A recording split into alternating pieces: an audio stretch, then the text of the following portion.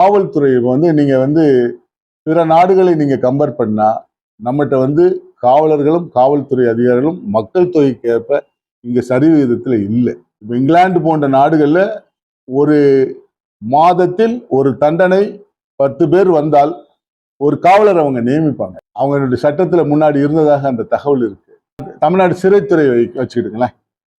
ஒரு சென்னை புழல் மத்திய சிறையில நான் பணியாற்றுறேன். அங்க 1000 சிறைவாசிகள் இருந்தால் ஒரு 50 காவலர்கள் கூட பணியில் கிடையாது. ஆனால் ஒரே ஒரு சிறைவாசியை முக்கிய சிறைவாசியை குற்ற வழக்குல வெளியில எடுக்கணும்னா 10 காவலர்கள் தேவைப்படுறாங்க சட்டம் ஒழுங்கை காப்பாற்றுறதுக்கு. ஆனா 1000 பேர் இருக்கக்கூடிய சிறையில வெறும் 25 காவலர்கள் கடமை புரியுறாங்க. எப்படி நீங்க ஒழுங்குபடுத்துவீங்க? சிறைத்துறையில சிறை காவலர்களுடைய ஸ்ட்ரென்த்தை நீங்க அதிகப்படுத்தணும். லட்சக்கணக்கான காவல்துறை அதிகாரிகள், ஆயிரக்கணக்கான நீதிபதிகள், லட்சக்கணக்கான வழக்கறிஞர்கள், கோடிக்கணக்கான மக்கள் இவ்வளவு பேரும் இருந்து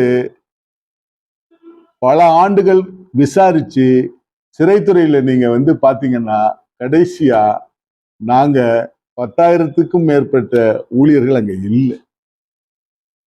சிறைத்துறையினுடைய ஊழியர்களுடைய சதவிகிதத்தை அதிகப்படுத்தினா நிறைய குற்றங்கள் குறைவதற்கு வாய்ப்பு. மக்களுக்கு சரியான தேவைகளை சரியான நிலையில பண்ணணும்ல. வாகனங்கள் பெருத்துறது, அப்ப காவலர்கள் நிறைய வேணும்ல. வாகனம் ஒரு நாளைக்கு சிட்டில லட்சக்கணக்கான போகுது. அது எப்படி காவலர்கள் அதை ஸ்கேன் பண்ணுவாங்க? அப்ப காவலர்கள் அதிகமாகணும். காவலர்கள் அதிகமானா அவங்களுடைய வேலைப்பளு குறையும். வேலைப்பளு குறைஞ்சா குடும்பத்தை நல்லா பார்ப்பாங்க. குடும்பத்தை நல்லா பார்த்தாங்கன்னா மன ரீதியா நல்ல செயலை செய்வாங்க. இங்க பிரச்சனையே காவலர்களுக்கு அதிக வேலைப்பளுவை முதல்ல குறைப்பதற்கு அரசு சட்டத்தை ஏற்றும்.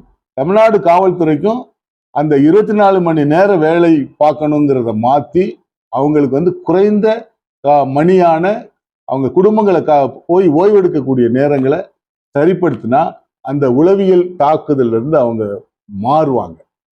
குறிப்பா தென் மாவட்டங்கள்ல 96க்கு பிறகு சில குறிப்பிட்ட சாதியை சேர்ந்த அதிகாரிகள் அங்க இருக்கக்கூடாதுன்னு சொல்லி அதை பிற மாவட்டங்களுக்கு மாத்தினாங்க. ஆனால் மீண்டும் அதே மாவட்டத்துல அரசியல் ஆளுமைகளை இருக்கக்கூடியவங்க பூரா திரும்பியும் அங்க ஆளுமை ஆயிட்டாங்க. சட்டம் ஒழுங்குல சில பிரச்சனைகள் வர்றதுக்கு உண்டான காரணங்கள் வரும். இங்க சாதி என்பது ஒரு அற்புதமான சொல்.